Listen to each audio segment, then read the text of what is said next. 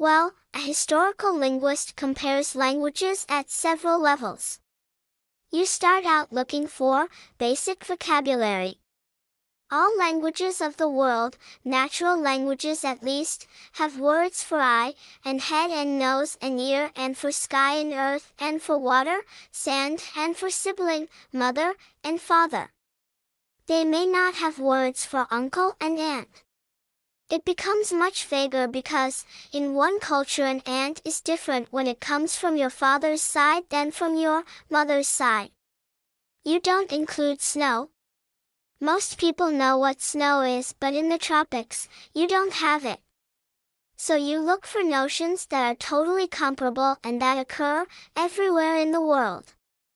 You can the 100 or 200 most universal notions in a human life, those which you call the basic vocabulary. So you take basic vocabularies and languages that you think are related.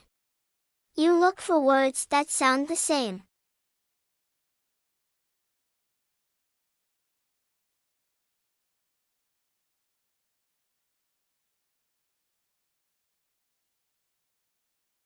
The history of software is of course very new. And the whole IT industry is really only 67 years old, which is extraordinary, and to be so close to the birth of a major new technology, a major new discipline, is quite remarkable given where we got to in those 67 years. And the progression has been not so much a progression as a stampede, because Moore's law, the rapid expansion in the power of computing and the rapid fall of the cost of computing and storage and communications has made it feasible for information technology to move into all sorts of areas of life that were never originally envisaged. What has happened is that there has been, as I said, a stampede for people to pick the low-hanging fruit. And that is what's guided the development of software and information technology over the past decades and continues to do so with a number of consequences that we will explore.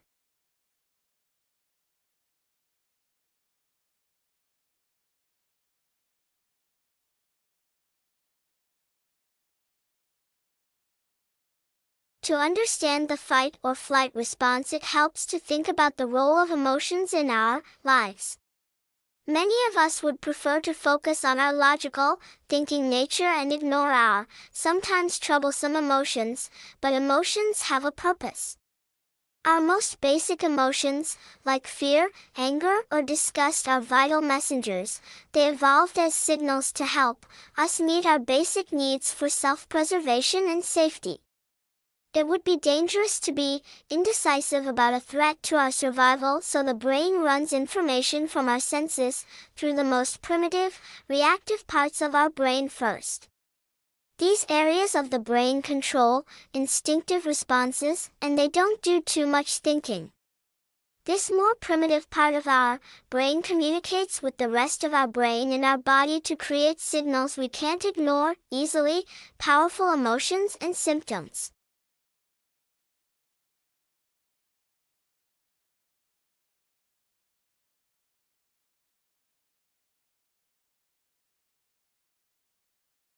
The body also manufactures vitamin D from cholesterol, through a process triggered by the action of sunlight on skin, hence its nickname, the sunshine vitamin. Yet some people do not make enough vitamin D from the sun, among them, people who have a darker skin tone, who are overweight, who are older, and who cover up when they are in the sun. Correctly applied sunscreen reduces our ability to absorb vitamin D by more than 90%. And not all sunlight is created equal. The sun's ultraviolet B, UVB, rays, the so-called tanning rays, and the rays that trigger the skin to produce vitamin D, are stronger near the equator and weaker at higher latitudes.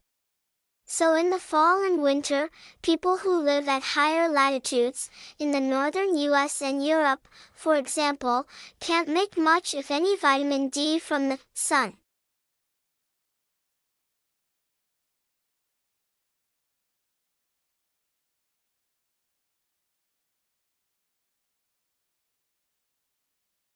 I think there is an intense competition at the moment to hire the most talented and most intellectually able people. There is a time when I think companies have many of the adventures in the world. That involves the company's world.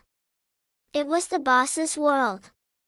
Now, I think it reverses the case. We have a shortage in talent base within countries and between countries, have an intense battle between companies to hire the most talented workers and also between countries, which are looking to recruit talented young people, talented young immigrants. We have this sense of immigrants being things that countries are battled to keep out, and immigrants want to get in, climb up the walls. I think the opposite isn't that the case. And the topic is that countries are trying to lure bright young people to get them to go to universities and get them to become immigrants. So, on many levels, talent is a premium.